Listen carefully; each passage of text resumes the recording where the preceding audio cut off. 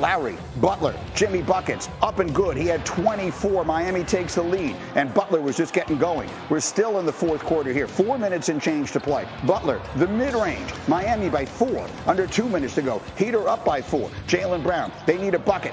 He's inside, and look at the defense from Max Strus. Blocked, and now we're going the other way. Tyler's the hero. Jimmy Butler ahead of the pack. Miami wins 106-98, extending the lead to 2 games on the Celtics in the Eastern Conference. And once again, the top of this conference is unlike anything we've ever seen in NBA history. The one thing that does change drastically after last night, our analytics now have the Heat, not the Celtics, as the favorites to earn the 1 seed in the conference. And my basketball committee today is the great Vince Carter and the equally great Brian Windhorst with us here. You know, VC, I'm old enough to remember, because it was only Monday, when we were basically saying, oh, Boston is the best team in the East now, they're going to the finals, et cetera, et cetera. After Miami has a really good week, what do we say about the top of the Eastern Conference today?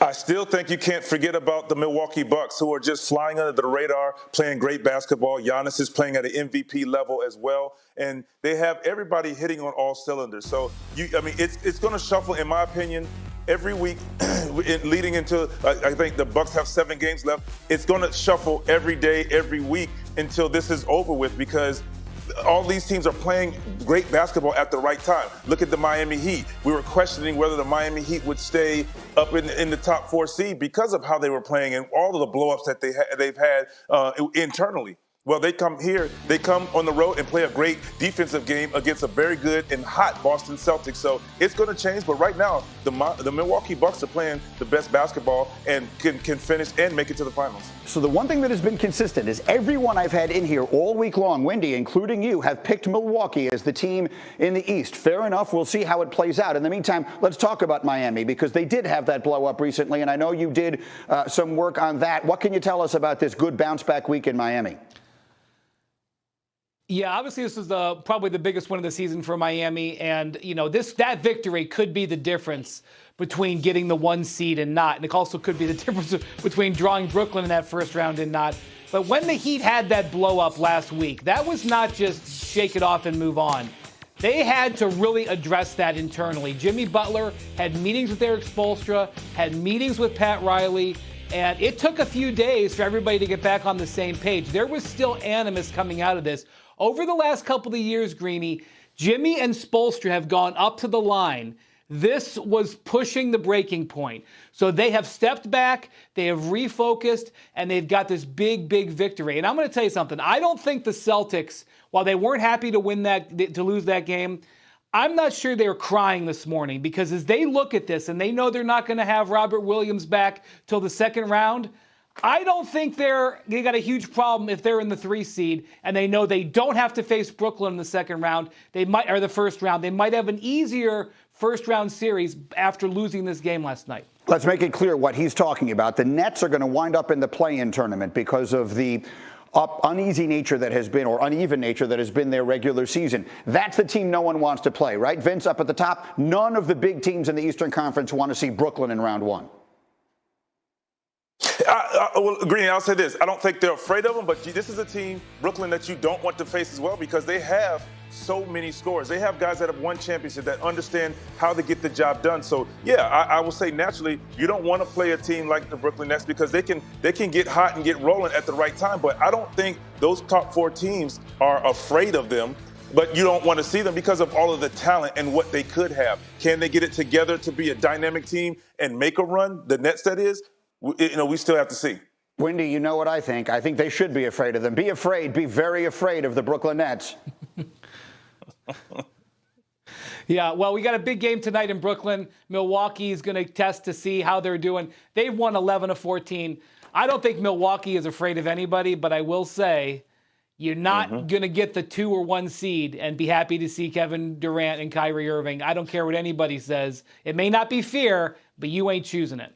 And in the meantime, there is a little game coming up on Saturday night that Vince Carter might have some interest in. Carolina's playing Duke. I'm not sure if word of that has reached you yet, VC. But I'm going to get Jay Williams. I'm going to get Jay Williams. I just so happen to have my hat right here, Greeny. I'm sorry.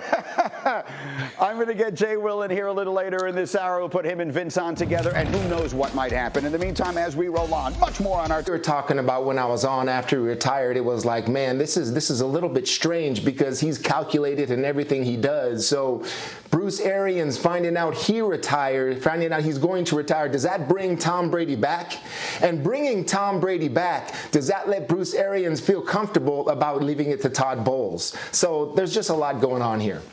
Those are interesting pieces to put together. I want to make it clear because we have two graduates of the Patriot Way here. Chris, you played there as well. When we say that, when we talk about the structure that Belichick has in place that maybe Bruce Arians didn't, that was not necessarily his strong suit, can you give me an example? What does that mean for the fans who don't know exactly what you're talking about? I think it's Bill Belichick.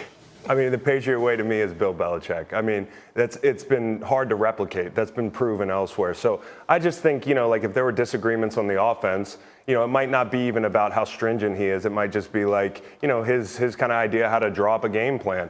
And like the thing we haven't exercised here is the possibility that maybe Bruce Arians is a 70-something-year-old dude who's done everything. Yeah. And he's like, I'm tired. When he retired from Arizona, he said, I miss being around my family. I'm missing things. And maybe he got tired of the Patriot Way with Tom. Like maybe he's like, I want a boat. Like I don't need it. I don't want not just a parade day. I want to be on a boat 360 days a year. Yeah. Well, Teddy, it's actually interesting.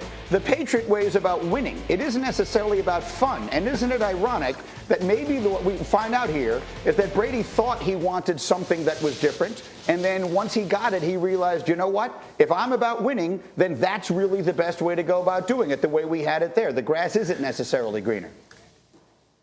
Yeah, the one thing that people don't understand about the Patriot Way is it's mainly consistency, because winning is accomplished by many teams, but the ability to maintain that winning in that structure, in that discipline, that's what makes it hard. So, I mean, winning one isn't enough for a player like Tom Brady. To win one with the Tampa Bay Buccaneers and then still you recognize how you could have done it even better. So that's more sort of leaning towards the Patriot Way. We won it, so how do we do it again? And why did we fail not doing it again? And why do I not see things being done to where we can win another? Because you think one's enough, but I don't think one's enough. So as you can see, that's a sort of chaotic nature of all the discipline, but that's the way it goes. Chris, Teddy played his whole career there. You didn't. How different is it from everywhere else? I think it's different. The thing that was most different for me was the scheme. Just a player example, like nothing was jarring about being asked to be accountable or be on time or pay attention to the details. When I think about the Patriot Way as it applies to this situation, I don't think he left looking for something totally different. I think he left looking for Mike Evans, Gronk, Chris Godwin, all those toys that he didn't have his last year in New England. I mean, the cupboard was bare up there. I think that's why you leave, because you don't feel like you have an opportunity to get that next ring that Teddy talks about. Whatever he has is not enough. He wants more. Let me get Mike T back into the conversation. And Mike, while you did not play for the Patriots, you have indeed sauna'd with Bill Belichick, so you do have that history of relationship there. How about that? How about the role that, I guess I just need to ask you directly, the role that you perceive Brady to have played in what we saw happen yesterday? Yeah, I think he came back thinking that he was going to play with Bruce Arians. And guys, I know this is going to sound crazy, but I actually think the Buccaneers got a lot better because Todd Bowles is really special. And I think that's the interesting part of the story. Tom Brady is a very methodical guy.